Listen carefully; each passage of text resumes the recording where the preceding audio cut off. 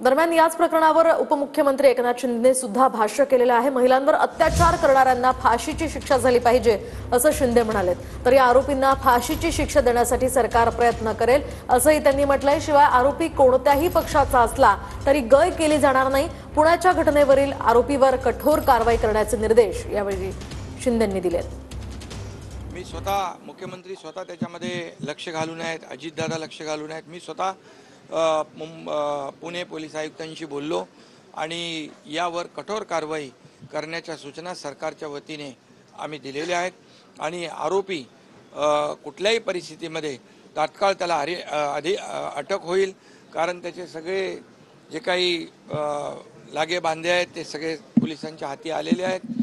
लाडक्या बहिणींना आम्ही एसटीमध्ये जास्तीत जास्त प्रवास करता यावा, त्यांना सोपं व्हावं म्हणून 50% सवलतही दिली।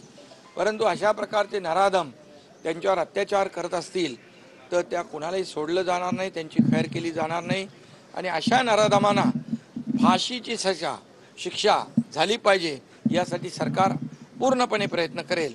अशा प्रकारचं सरकारचं धोरण आणि भूमिका आहे। कोणी कुठल्याही पक्षाचा असू द्या, कुणाशी संबंधित असू द्या, अशा प्रकारच्या गुन्हेगाराला गय केली जाणार नाही एवढंच मी आपल्याला सांगतो। कुणाशी संबंध असू द्या, कुणाशी लागेबांधे असू द्या, हा गुन्हेगार आहे आणि लाडक्या बहिणींच्यावर अत्याचार करणाऱ्या गुन्हेगारांना सोडलं जाणार